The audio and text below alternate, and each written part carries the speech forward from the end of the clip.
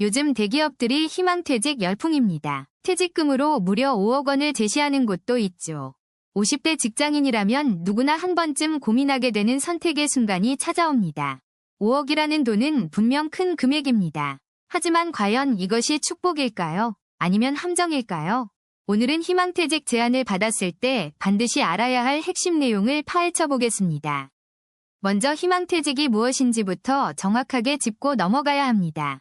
이것은 회사가 주는 선물이 아닙니다. 기업 입장에서는 인건비 부담을 줄이고 조직을 젊게 만들기 위한 구조조정 수단입니다. 직원 입장에서는 예상보다 빨리 찾아온 은퇴 시점이자 인생의 중대한 전환점이 되는 것이죠. 최근 삼성전자를 비롯한 여러 대기업들이 대규모 희망퇴직을 진행하고 있습니다.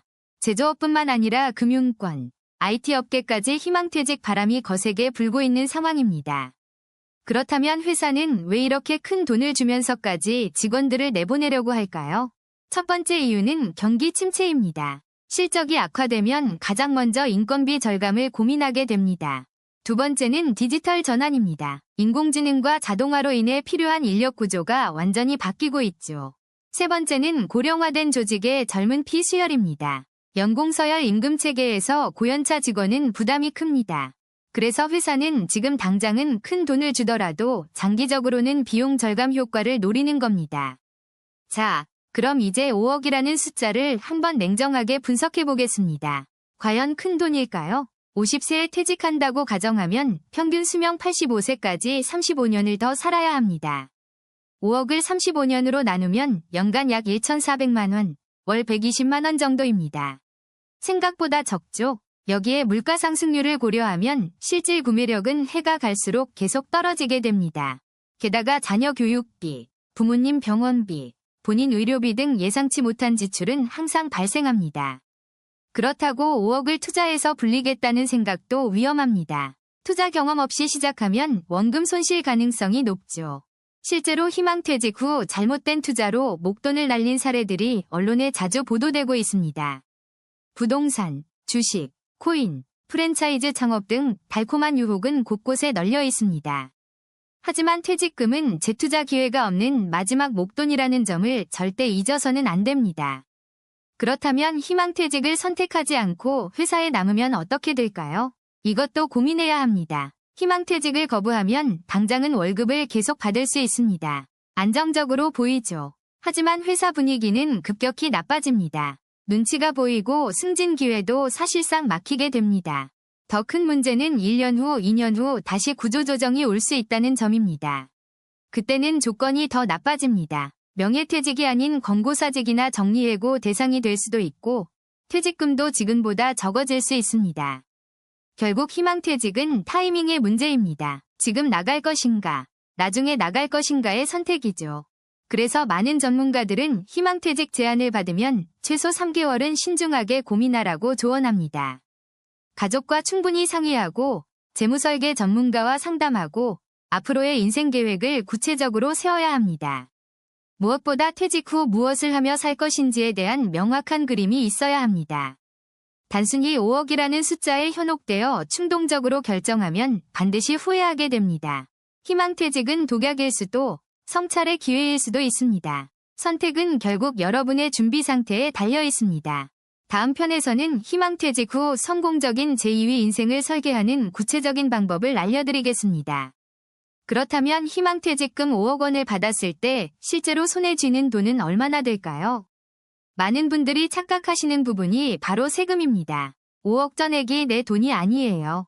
퇴직소득세는 근속연수와 금액에 따라 달라지는데 보통 20년 근속 기준으로 계산해 볼게요. 5억 원을 받으면 대략 7천만 원에서 1억 원 정도의 세금이 발생합니다. 결국 실수령액은 4억에서 4억 3천 정도라고 보시면 됩니다. 여기서 끝이 아닙니다. 국민연금 조기 수령 여부도 중요한 선택의 기로에 서게 되죠. 45세에 퇴직하면 국민연금을 받으려면 최소 15년을 더 기다려야 합니다. 그 공백기를 어떻게 메울 것인가가 생존의 핵심 과제가 됩니다. 실제 사례를 하나 살펴볼까요? 김 과장님은 작년에 희망퇴직으로 4억 8천을 받았습니다. 세금 떼고 실수령액은 4억 1천만 원 정도였죠. 꽤 큰 돈이라고 생각했습니다. 치킨집을 차리는데 1억 5천, 인테리어와 설비에 5천만 원이 들어갔어요. 6개월 운영해보니 월 순수익이 200만 원 남짓, 인건비 빼면 거의 남는 게 없었습니다. 결국 1년 만에 가게를 정리하고 권리금도 반도 못 건졌다고 하더군요. 이런 실패 사례는 우리 주변에서 정말 흔하게 볼 수 있습니다. 그럼 성공한 케이스는 없을까요? 물론 있습니다. 하지만 공통점이 있어요. 성공한 분들은 퇴직 최소 2년 전부터 철저하게 준비했다는 점입니다.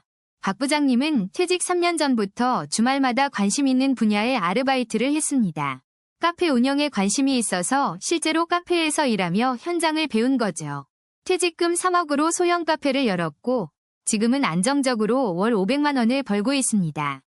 준비된 퇴직과 충동적 퇴직의 차이는 이렇게 명확하게 결과로 나타납니다. 그렇다면 희망퇴직을 고민 중이라면 무엇을 가장 먼저 점검해야 할까요?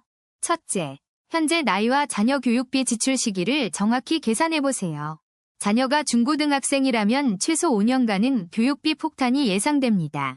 대학 등록금까지 생각하면 1억 원 이상은 교육비로 묶여 있다고 봐야 해요.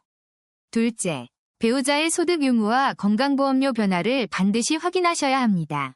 직장을 잃으면 지역가입자로 전환되면서 건강보험료가 2배 이상 오를 수 있어요.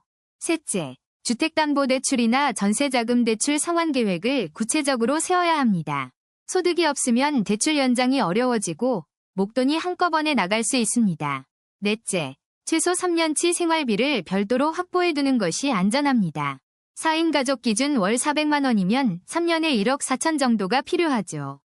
이 돈은 절대 사업자금이나 투자금으로 건드려서는 안 됩니다. 다섯째, 재취업 가능성을 냉정하게 평가해보세요. 시장은 생각보다 냉혹합니다. 45세 이상 중간관리자의 재취업률은 채 30%도 되지 않는다는 통계가 있습니다. 여섯째, 창업을 고려한다면 최소 6개월 이상 해당 업종에서 직접 일해보세요. 이론과 실전은 완전히 다릅니다. 낭만과 현실의 괴리를 미리 경험하는 게 중요해요. 일곱째, 가족과의 충분한 대화가 선행되어야 합니다.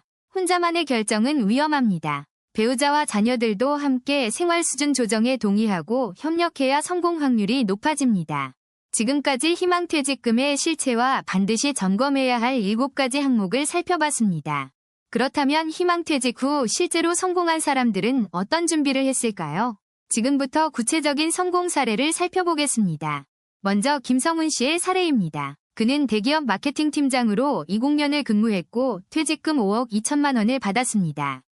김 씨는 퇴직 1년 전부터 주말마다 디지털 마케팅 강의를 들으며 새로운 트렌드를 공부했습니다. 퇴직 후 그는 5억 중 3억을 안전자산에 배치하고 나머지로 1인 컨설팅 회사를 설립했습니다. 현재 그는 월 500만 원 이상의 안정적인 수입을 올리며 자신만의 커리어를 만들어가고 있습니다. 두 번째는 이미경 씨의 사례입니다. 그녀는 금융권에서 15년간 근무하다 희망퇴직으로 4억 8천을 받았습니다. 이 씨는 퇴직금을 받자마자 무리하게 투자하지 않고 6개월간 자신을 돌아보는 시간을 가졌습니다.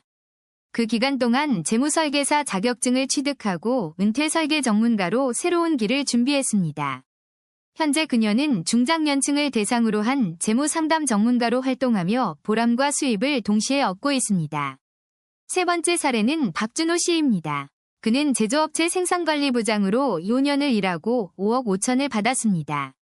박 씨는 퇴직 전부터 아내와 함께 작은 카페 창업을 계획하고 주말마다 바리스타 교육을 받았습니다. 퇴직 후 그는 2억으로 조용한 주택가에 북카페를 열었고 나머지는 생활비와 비상금으로 남겨두었습니다. 지금은 하루 평균 200만 원의 매출을 올리며 여유로운 제2의 인생을 즐기고 있습니다. 이들의 공통점은 무엇일까요? 첫째, 퇴직 전부터 철저하게 준비했다는 점입니다. 둘째, 퇴직금을 받자마자 큰 투자를 하지 않고 충분한 시간을 두고 계획을 세웠습니다. 셋째, 자신의 경험과 강점을 살릴 수 있는 분야를 선택했다는 점이 중요합니다. 넷째, 가족과 충분히 상의하고 합의점을 찾아 함께 움직였다는 공통점이 있습니다. 반면 실패한 사례들도 살펴볼 필요가 있습니다. 최근 3년간 희망퇴직 후 파산한 사람들의 이야기입니다. 한 50대 남성은 퇴직금 5억을 받자마자 지인의 권유로 프랜차이즈 치킨집에 3억을 투자했습니다. 하지만 상권 분석도 제대로 하지 않고 시작한 사업은 1년 만에 문을 닫았고 투자금 대부분을 잃었습니다. 또 다른 사례는 퇴직금 전액을 주식과 코인에 투자했다가 6개월 만에 절반 이상을 날린 경우입니다. 전문가들은 퇴직금의 최소 60%는 안전자산으로 보관하고 나머지만 투자하라고 조언합니다.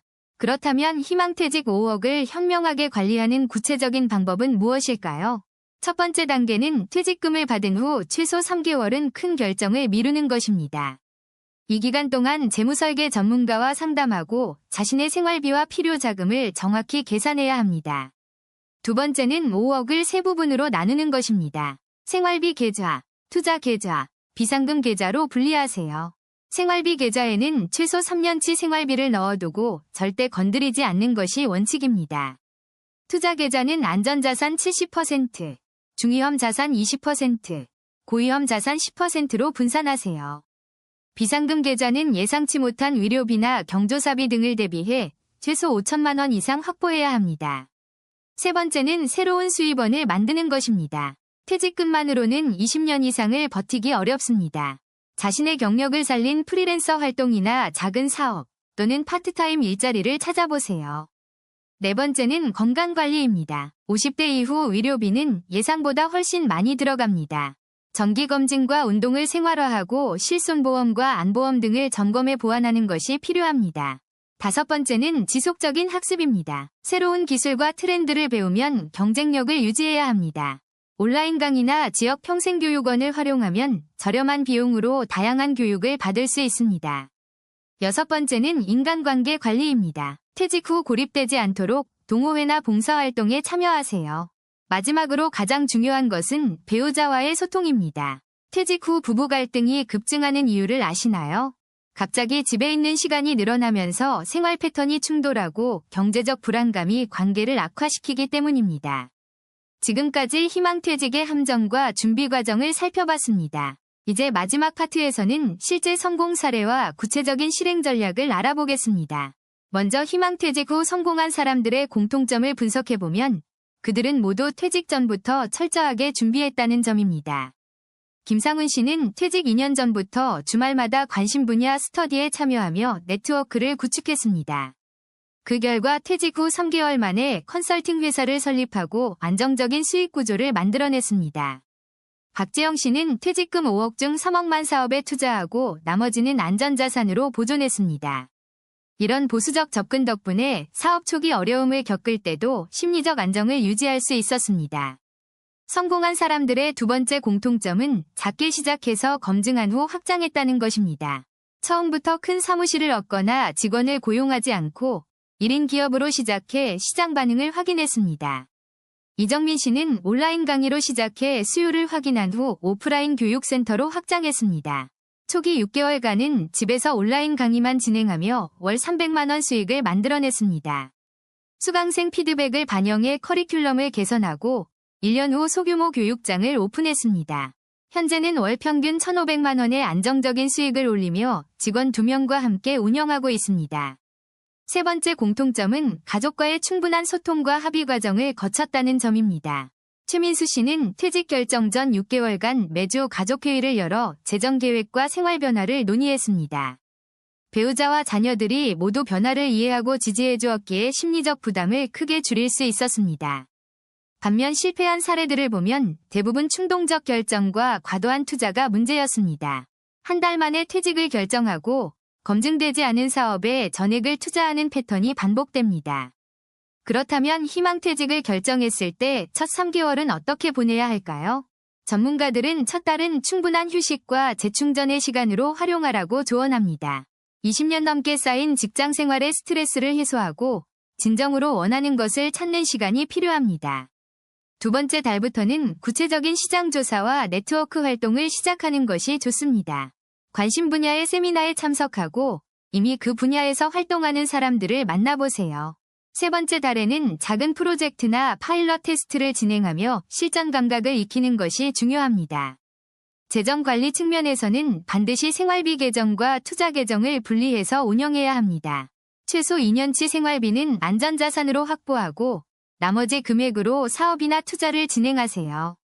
매월 고정 지출을 정확히 파악하고 예상치 못한 지출을 위한 예비비도 20% 이상 확보해야 합니다. 세금 문제도 간과해서는 안 됩니다. 퇴직금에 대한 세금 계획을 세무사와 상담하세요. 특히 사업을 시작한다면 부가세, 종합소득세 등 세금 일정을 미리 파악하고 준비해야 합니다. 건강보험료 변동도 큰 부담이 될 수 있으니 지역가입자 전환 시 예상 금액을 확인하세요. 마지막으로 희망퇴직은 끝이 아니라 새로운 시작입니다. 실패를 두려워하지 마세요. 작은 실패는 큰 성공을 위한 학습 과정입니다. 유연하게 방향을 조정하며 나아가세요. 5억이라는 돈은 독약이 될 수도 성장의 발판이 될 수도 있습니다. 결국 그 돈을 어떻게 활용하느냐는 철저한 준비와 현명한 판단에 달려 있습니다. 여러분의 희망퇴직이 진정한 희망이 되기를 바라며 이 시리즈를 마치겠습니다. 감사합니다. 더 자세한 정보와 체크리스트는 설명란의 링크를 참고해주세요. 성공적인 전환을 응원합니다.